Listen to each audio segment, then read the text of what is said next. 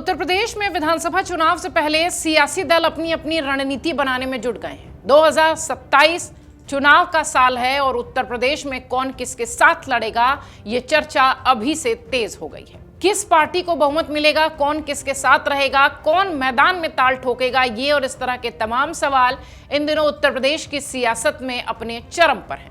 UP में मुख्य रूप से बीजेपी और समाजवादी पार्टी के बीच कांटे की टक्कर दिखाई पड़ती है, लेकिन कांग्रेस पेंच फंसा सकती है। वहीं एक ऐसा नाम जो इन दिनों खूब सुर्खियों में है, वो है असदुद्दीन ओवैसी की एआईएम की पार्टी। महाराष्ट्र नगर निकाय चुनाव में मिली बढ़त के बाद असदुद्दीन ओवैसी के हौसले बुलंद हैं और वो यूपी में भी जबरदस्त एंट्री करने वाले हैं, ऐसी चर्चा है।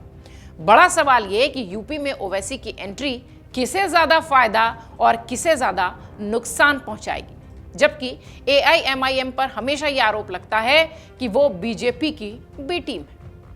दरअसल 2027 के चुनावी रण में अब एक साल भी नहीं बचा है। सीएम योगी आदित्यनाथ बनाम अखिलेश यादव की लड़ाई ओवैसी को एक बड़ा फैक्टर वैसे भी बना रही है।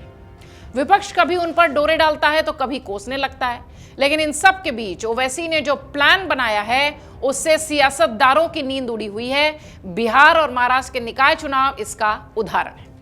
हैदराबाद के सांसद ने बीते दिनों कहा था कि लोग हमसे पूछ रहे हैं कि यूपी में कितनी सीटों पर लड़ेंगे, कम लड़ो।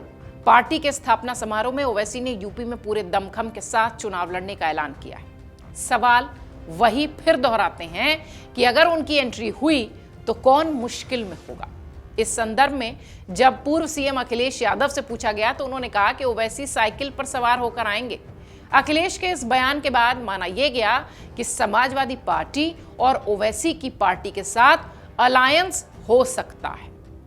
लगातार अपना कुनबा बढ़ाने की कोशिश अखिलेश यादव कर रहे हैं। अखिलेश यादव ने अभी जिस तरीके से प्लानिंग शुरू कर दी है कि अपना कुनबा कैसे बढ़ाया जाए, खास तौर से बड़े मुस्लिम नेता। यूपी में मुस्लिम वोटर्स जिन सीटों पर असर डालते हैं उसका असर चुनाव परिणाम पर होता ही है। यूपी के 14 जिलों में 25% से ज्यादा मुस्लिम आबादी है।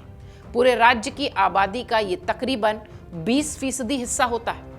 यूपी के 403 विधानसभा क्षेत्रों में से 143 सीटों पर मुस्लिम वोटर्स का बाकायदा असर होता है।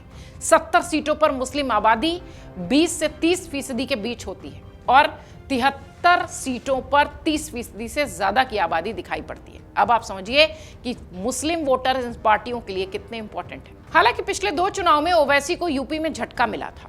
साल 2017 और साल 2022 के चुनाव में उनकी पार्टी को बुरी तरह हार का सामना करना पड़ा था।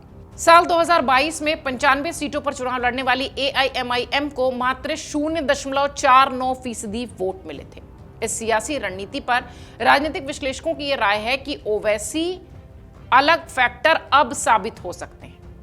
कई राजनीतिक विश्लेषकों का यह भी कहना है कि ओवैसी के आने से बीजेपी को फायदा होगा। यह कहना ठीक नहीं है। हालांकि अगर ओवैसी मुस्लिम बाहुल्य सीटों पर हिंदू प्रत्याशी उतार देंगे तो बीजेपी दिक्कत में आ जाएगी। उधर सीएम योगी आदित्यनाथ ने एक बार फिर बटोगे तो कटोगे का संदेश दे दिया है। 9 फरवरी को हुए एक कार्यक्रम में सीएम ने कहा था कि अगर बट गए तो कटने का रास्ता तैयार हो जाएगा।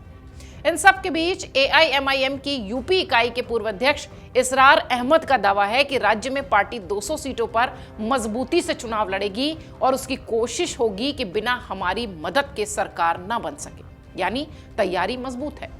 मुस्लिमों के अलावा हमारे साथ सभी वर्गों के लोग आ रहे हैं, यह भी उनका दावा है। बीते 4 चुनावों के अगर आंकड़ों पर नजर डालें तो साल 2007 में जब बीएसपी सरकार में आई थी तो 56, 2012 में जब अखिलेश सीएम बने थे तब 68, 2017 में जब बीजेपी आई तो 24, 22 में संख्या बढ़ी और मुस्लिम विधायकों की कुल संख्या 34 हो गई। यूपी के संदर्भ में बात करें तो मुस्लिम पॉलिटिक्स करने वाले राजनीतिक दल हाशिए पर ही रहे हैं, लेकिन 1968 में मुस्लिम मजलिस पार्टी हो या 74 में आईयूएमएल, इनके लिए खासियत ये रही कि ये खेल जो खेलते रहे राजनीतिक खेल, वहां घाटे का सौदा करते दिखाई पड़े। मुस्लिम मजलिस पार्टी की जहां 1968 में जमानत तक जब्त हो गई थी, वहीं आईयूएमएल को 1974 में मात्र 1 सीट मिली थी। 2002 में नेशनल लोकतांत्रिक पार्टी की भी जमानत जब्त हुई थी। 2007 में यूडीएफ के हिस्से 1 सीट आई थी। 12 में पीस पार्टी के हिस्से 4 सीटें आई। इसके बाद 2017 और 22 में ओवैसी की पार्टी की जमानत भी जब्त हो गई। एआईएमआईएम की यूपी इकाई के अध्यक्ष शौकत अली ने दावा किया कि सपा बीजेपी को सत्ता से नहीं उखाड़ पाएगी, ये काम सिर्फ हम कर पाएंगे। गठबंधन के संदर्भ में शौकत अली ने कहा कि हम चाहते हैं कि यूपी में एक थर्ड फ्रंट बने। उन्होंने कहा कि बीएसपी और एआईएमआईएम के बीच अलायंस अगर हो तो यह बेहतर होगा। सपा ने इशारों में ओवैसी के साथ अलायंस की डिमांड भी रख दी है। वहीं कांग्रेस ने एआईएमआईएम से अलर्ट रहने के लिए कहा है। साल 2027 के लिए सियासत का ऊंट किस करवट बैठेगा ये इस वक्त कह पाना मुश्किल है, लेकिन हाँ, साल 2022 के चुनाव में ओवैसी के कारण अखिलेश सहारनपुर, मुरादाबाद, बिजनौर, भदोही, सुल्तानपुर और जौनपुर की सीटें हार गए थे, ये फैक्ट है।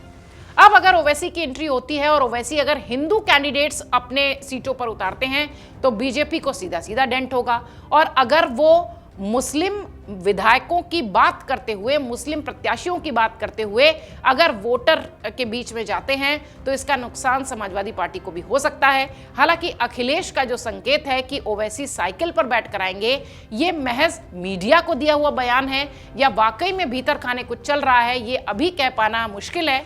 लेकिन हाँ, ये तय है कि ओवैसी जिस तरह से बिहार में प्रदर्शन कर चुके हैं, ओवैसी जिस तरह से महाराष्ट्र के निकाय चुनाव में प्रदर्शन कर चुके हैं, इस बार उत्तर प्रदेश के चुनाव में उन्हें अनदेखा करना मुश्किल ही नहीं, नामुमकिन है। अगर आप ये वीडियो YouTube पर देख रहे हैं तो हमारे चैनल को सब्सक्राइब कर बेल आइकन दबाएं, और Facebook पर देख रहे हैं तो हमारे पेज को लाइक करें।